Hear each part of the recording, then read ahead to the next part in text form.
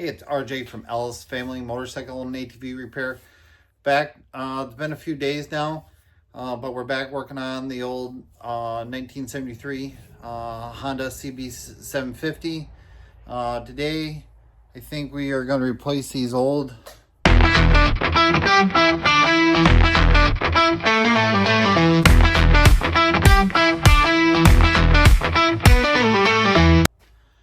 intake boots and with some new ones. These are not cracked yet, but they're pretty hard. And when you're trying to put in all three carburetors, you want a little bit of give in these, and they're not. I noticed that the O-rings were leaking, and for the costs for some aftermarket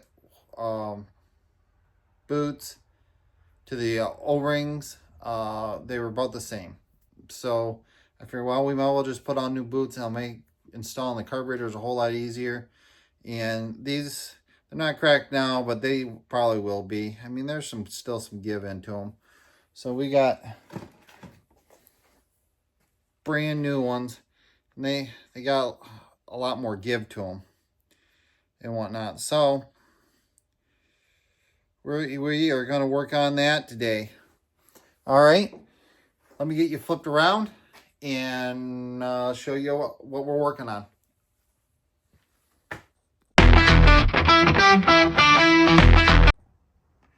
All right, I've already removed the end one over here. We only got to remove these. That's where I yanked them out to see if we just what we needed, if the O-rings are cracked or what we need to go on there. Now let's see if we can do this without any of these Phillips screws stripping out on us or not coming loose.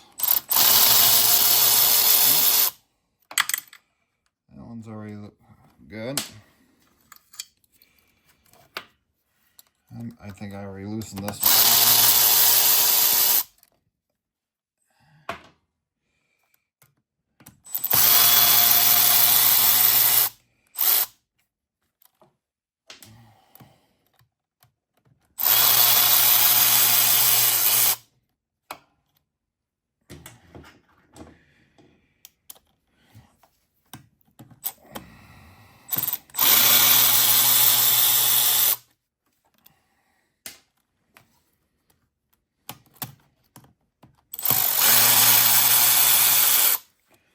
That was easy.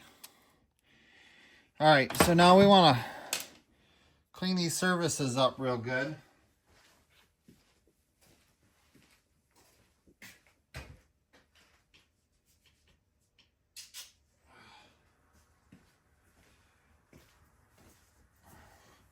Take a little sandpaper here, just a real fine grit. The only thing it's going to take off a whole lot of material.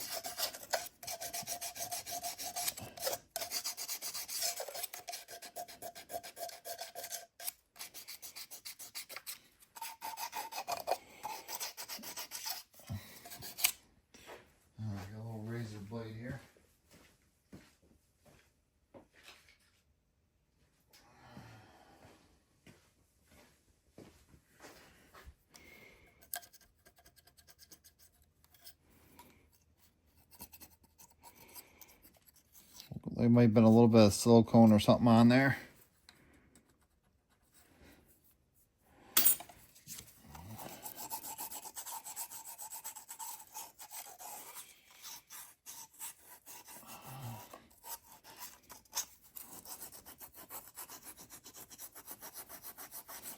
Want a nice clean surface on these so the new O-rings and everything will seal up real good. No sense in putting them over top of dirt.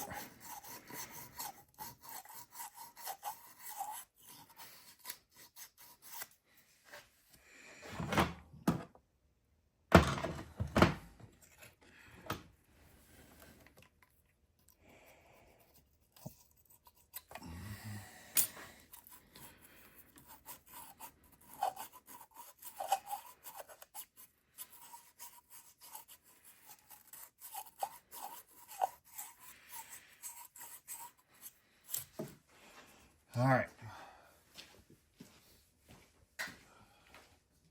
Get some good old brake clean to clean that surface up. Brake clean is the anesthetic of the automotive world, I swear.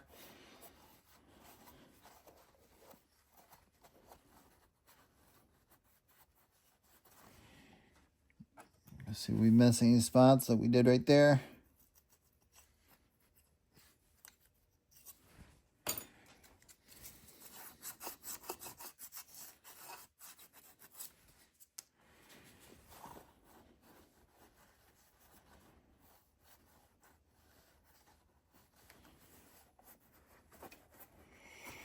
All right, get those all cleaned up.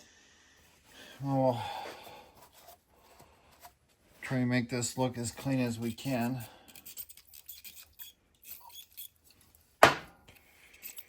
So we have any air leaks later on in life, we can tell.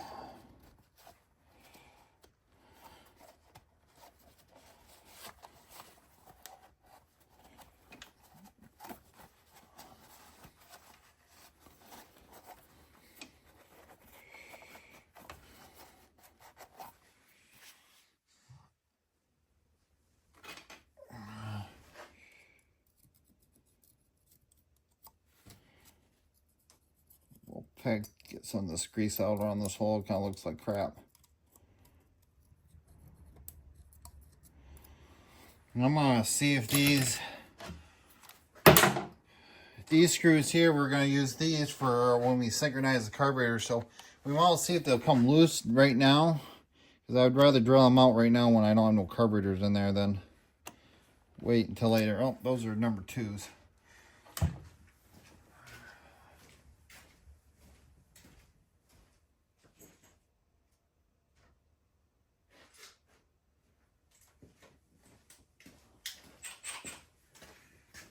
Just crack these loose. Okay.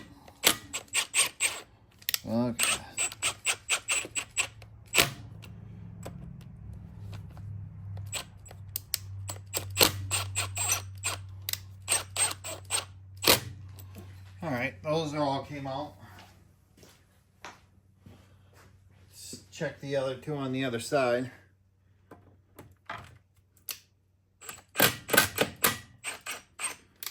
Okay.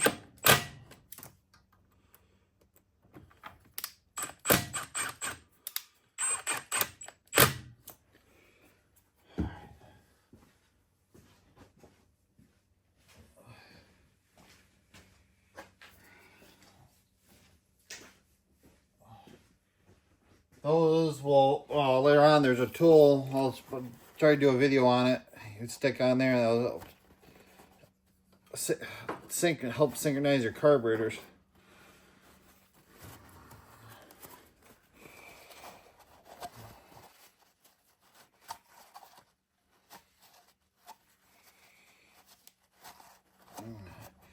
Hope you guys are liking the content on YouTube. Haven't really seen any comments or anything on anything yet. Don't really know how we're doing, if we're boring or I need to show you guys more stuff or what's going on.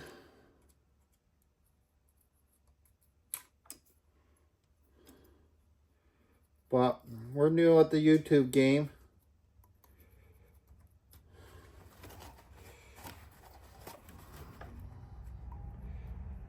Try to show you guys what it takes to do some of these old ones. I get asked all the time to do the old ones. And I don't mind doing it. It just, everybody gets sticker shocked on the hours it takes to do this stuff. And it's not even the hours of necessarily even working on it. It's the hours looking for the parts. I mean, this is almost 73, so when you do the math on it, it's 50 years old. It's not like I can, you call up I mean, the computer doesn't even show parts for this thing anymore. So you got to do a little research, and some stuff you kind of got to know if it will work from other models. And there's a lot that goes into these.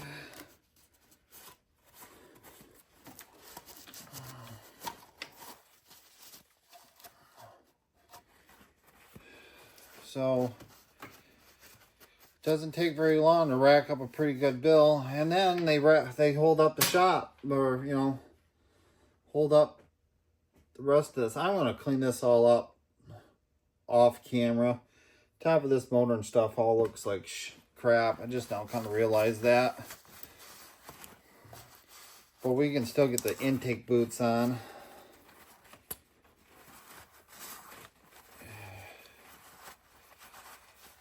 And I can clean that up better later. Because you guys don't want to watch me clean this all out. I get the air compressor out and I'll put some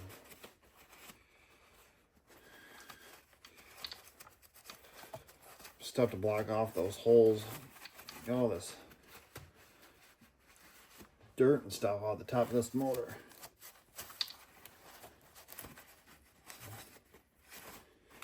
Alright. So there's no real difference on any of these intake boots, as far as I can tell.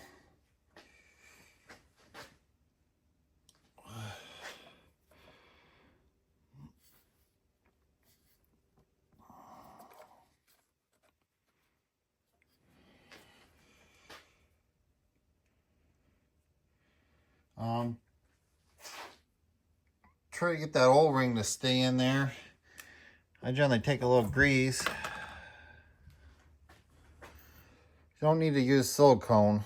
Silicone just makes a mess out of everything. Take a little grease. And the grease is actually good for the rubber. It'll keep the rubber soft longer.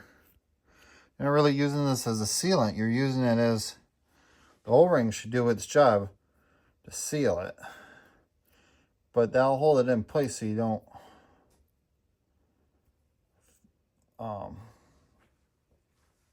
O-ring doesn't fall out and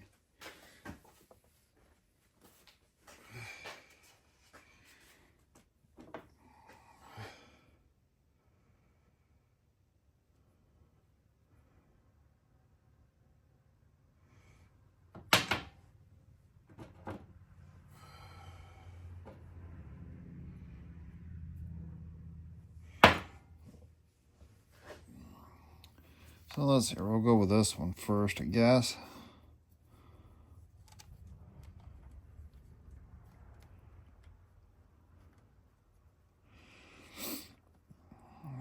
These are a number 3 Phillips.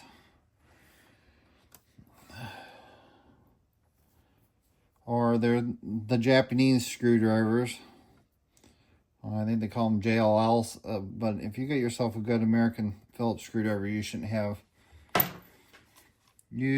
any problem.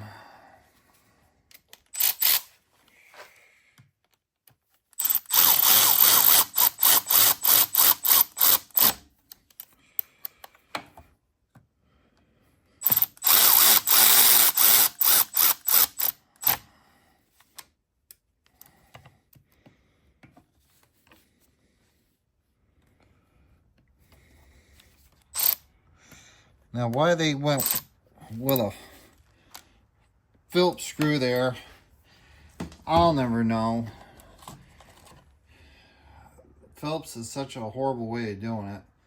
Nice 8mm head, 6mm thread bolt would have worked out just fine, but here we are.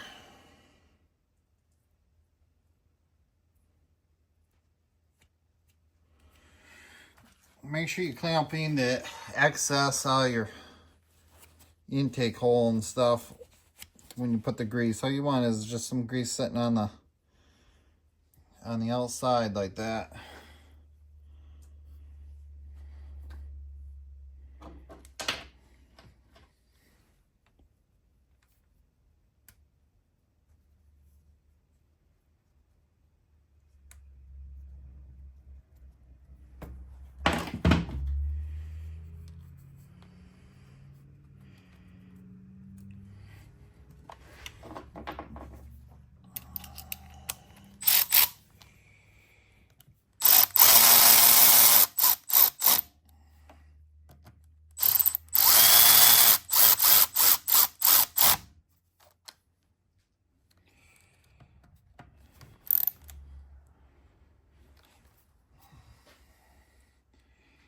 did pretty good that way.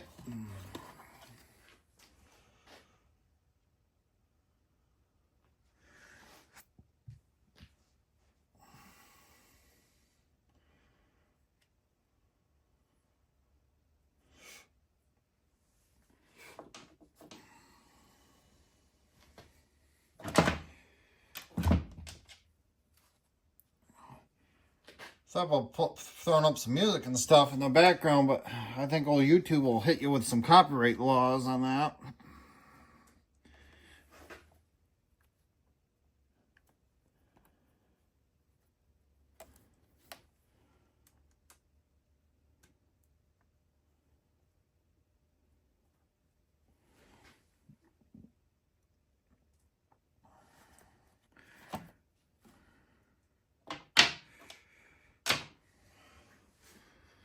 The moment where you lay down a screw and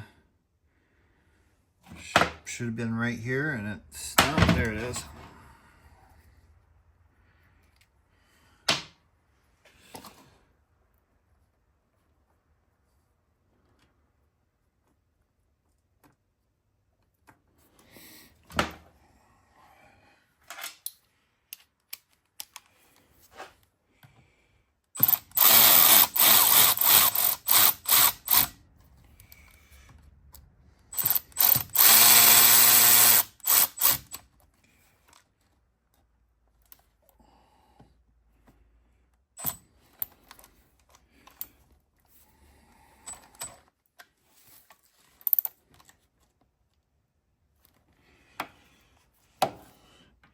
Yeah, you only can go so tight with them being Phillips anyway. But I mean, you're just good and tight. I'm sure there's a torque spec on them. And I'm sure out there somebody really cares about it. But if you can't torque down those and know how tight they should be, you probably shouldn't have wrenches in your hand. And yes, a torque gun, you need it for certain things, you know, heads and stuff like that. I'm not saying that you don't need a torque gun or whatnot, and tires and stuff like that. But there's some stuff you just should know how tight it should be. Like I said, they're Phillips screws too, so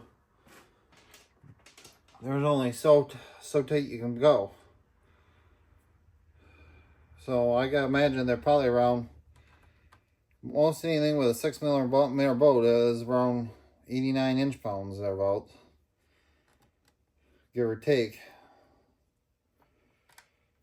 Well, of course, there's some instances out there that is different. But these are a little bit different. Hopefully they are I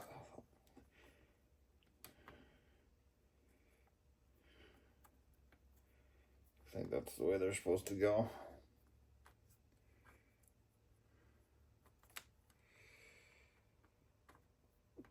Yeah, if you have bad intake boots, and you do these carburetors, you're just gonna fight yourself with trying to get them adjusted, and you're gonna think you're gonna be having a car problem, and you probably have an intake problem. So it's kind of a given. I mean, to replace them unless you know they're in excellent shape.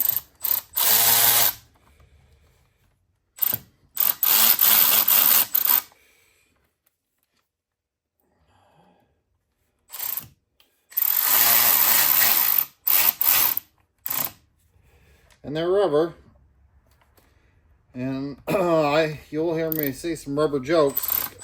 I used to work for a rubber factory, and they didn't know what the heck they were doing. Whoop.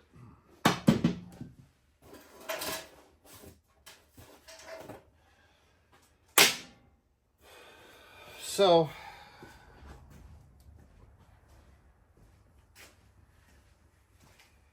they weren't very nice to work with either. All right, so and then the old clamps are all still good. So we're gonna take the old clamps.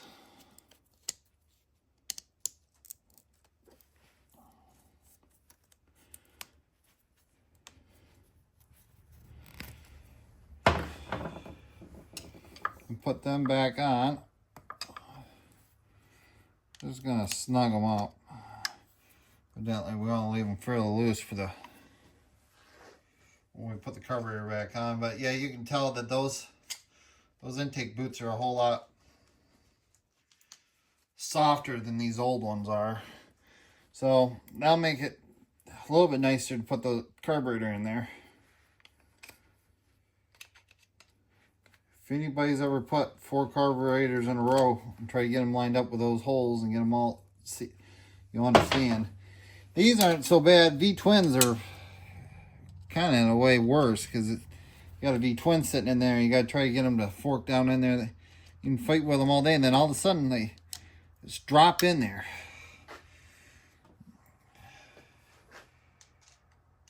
You don't know what you did or what you do or whatnot, and it's almost hard to repeat it.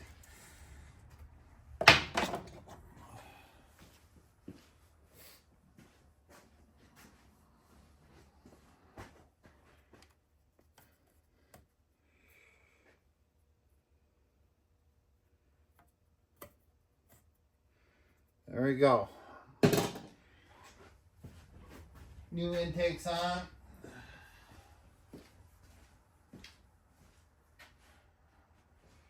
Now it might be a little bit before I get carburetors on there, so we don't get any dirt in those intakes. And I'm going to clean the top of this motor, so yep. Stuff some rags down in there. All right. We got new spark plugs too, so we might as well. This video is getting a little long, but it won't take very long to put on a couple spark plugs.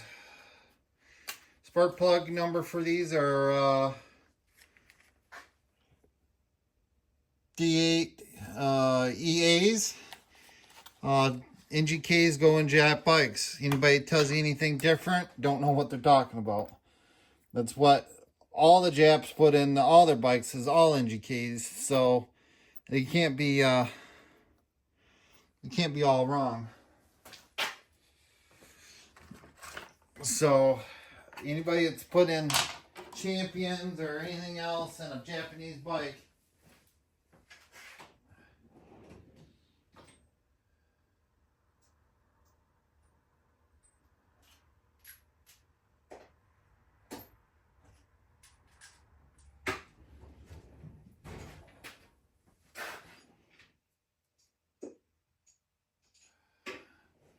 had to get a socket here, 18 millimeter.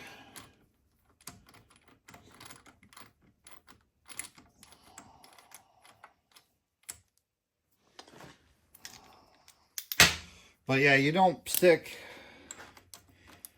Autolites or Champions or something in there. I mean, if you have to get you home or something, yeah, but NGKs are the way to go. Though I am kind of biased, I put NGKs in everything. Though most of the lawnmowers and stuff are Kawasaki motors now anyway. I don't know, never ever had good luck with Champions. I mean, for being an American company, NGK is Japanese, but I put NGKs even in my vehicles. Well, it makes it easy. I order them just like I would be doing it for a bike or something. So, I mean, I'll put in Champions once in a while on a lawnmower. If it's got a Champion in it, I'll put a Champion back into it.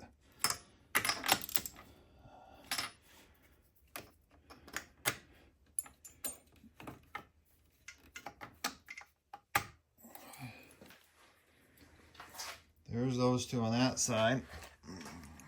Oh, heck, I'll move you guys around to the other side.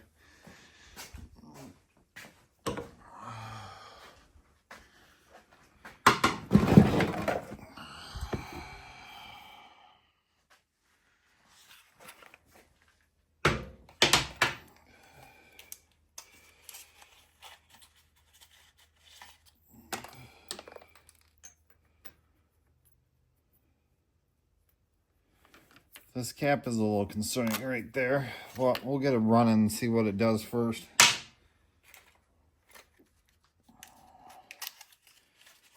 I've got some new caps. I don't know why they got it all electrical taped up there. I'm sure it's for a real good reason.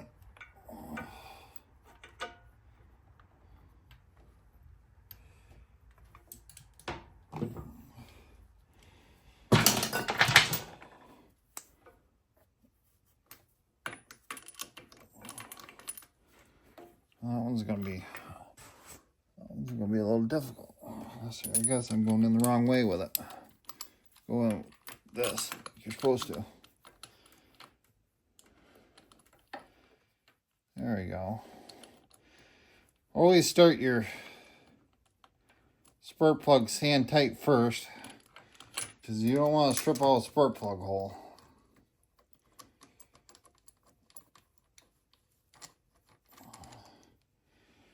This one wouldn't be so hard to repair, but you don't want to do it because you don't know if the guy before you screwed it up.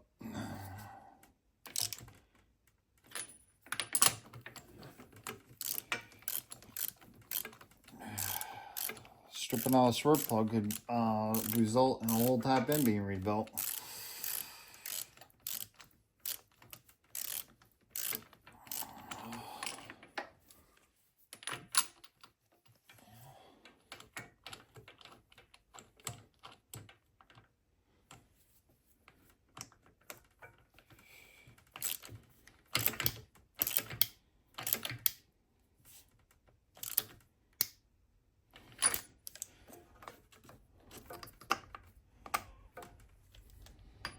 Take that one out. All right.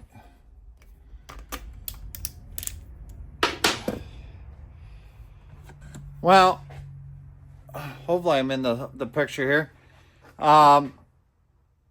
There you have it. That's all we're going to do on this video, on this one. I don't want them to get them too long. I'm trying to keep them around the 15-20 minute mark and whatnot. So as more parts come in, we will work on it. I got the oil filter and stuff came in. It's sitting over there in the box. So we had a little oopsie. I noticed it when I was picking up stuff. Apparently, I must have picked up the wrong spark plug, and I put a used one. You know, on this side, I had an extra plug still in the box. So, got to looking, and I accidentally put a used one back in the hole. I don't know why I did that, but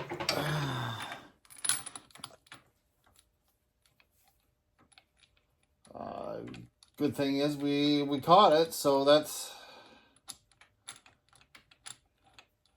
what all really matters.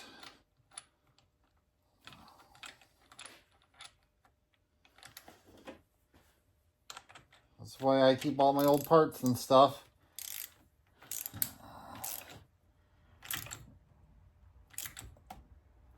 I generally try to pick up after every little job. I picked up that box and quiet. Hold on, there's still a spark plug in this one. It's like, how did that happen?